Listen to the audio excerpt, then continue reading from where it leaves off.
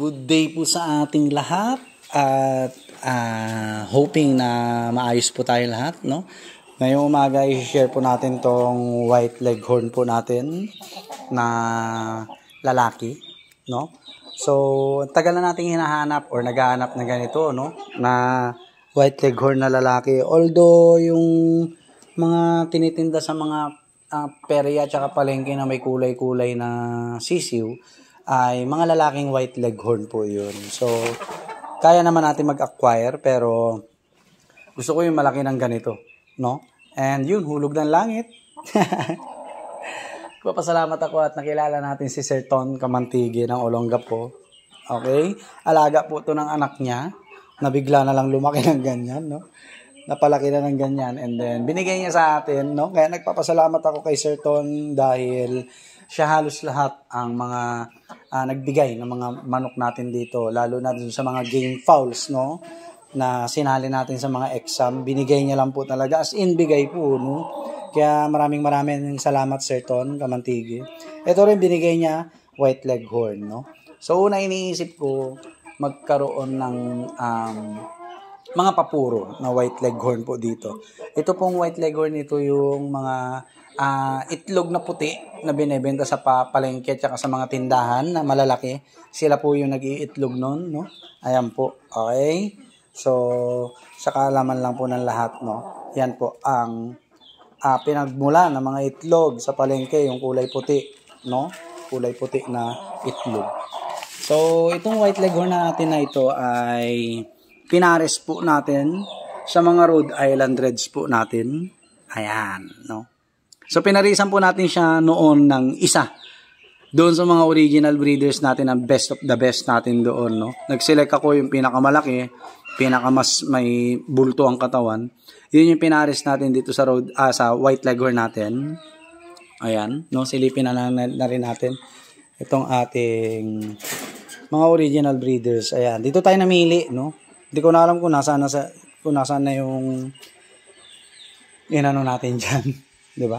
Ayan, mga original breeders natin, no? So, ito ay binili natin galing sa farm ng kasamahan ko, no? Sa farm nila sa Bataan ng mga Rhode Island Red. Ayan, no? So, dyan natin siya pinares. Itong white leghorn natin. And, nagkaroon sila ng itlog. Nag-try lang ako mag-incubate ng 10. Sa totoo lang po, no? 10 lang yung initial na in-incubate natin. And may napisa na, kung di ako nagkakamali, 4, no? 4 po. And then, yung dalawa, doon sa 4, ilang days lang nadedo na, no? Nadedo na. Kasi hindi pa ang tawag rito, condition po ito, no? Hindi natin pinurga, hindi natin pinaliguan, hindi natin binigyan ng B12, no? Or B-complex. Basta brinid lang po natin mga ilang araw pagdating dito. Nag-bacterial flushing lang tayo sa kanya. So, doon sa 4, namatay agad yung dalawa, wala pang 3 araw, no? And yung dalawa, they are thriving, no? Buhay na buhay. Okay? Nakakatuwa. Gusto na ba nating silipin? Silipin na natin yung anak ng white leghorn tsaka ng Rhode Island Red natin. O, tara na pa na. Para hindi na kayo mainip, no?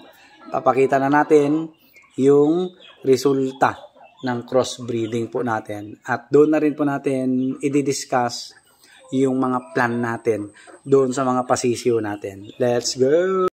So yun, nandito tayo sa gilid ng bahay. Ayan. Dito to sa final brooder. Dito yung kanilang anak, no? Na dalawa. Merong isa rito. Ayan po, oh.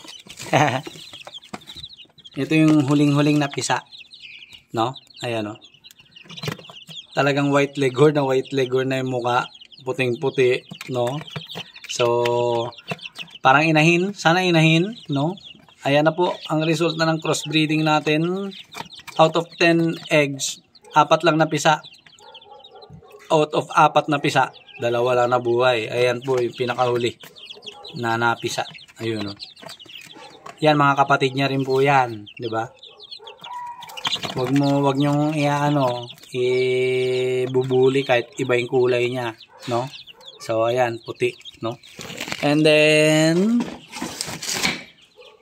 yung isa po natin ay nandito, medyo malaki-laki na po to. Yun, no? Ayan, no? Hindi ko alam kung lalaki po to. Ang laki ng palong, parang lalaki, no? Ayan yung pangalawa, no? Na nakasurvive doon sa apat. Okay? So, nakakatuwa kasi maganda yung resulta, no? Ayan po. So, maganda yung chances na or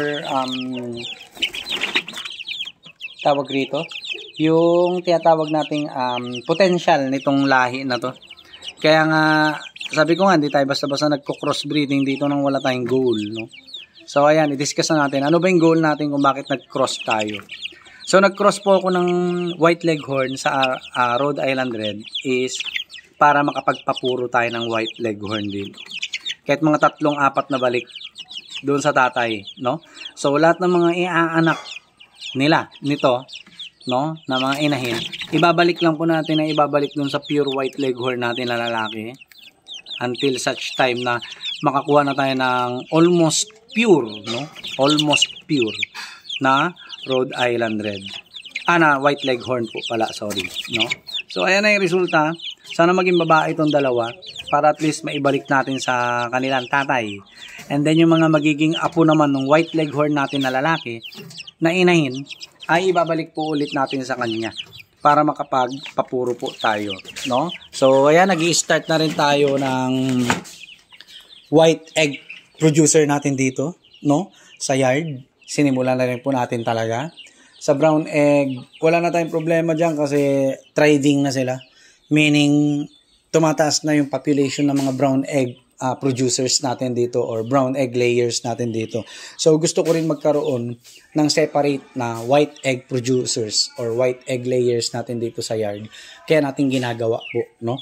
Para white and brown egg ang production po natin dito. Maraming pagpipilian or may option yung mga mamimili sa atin, no? So, yun po. Then, silipin natin dito kung meron pa. Alam ko wala na.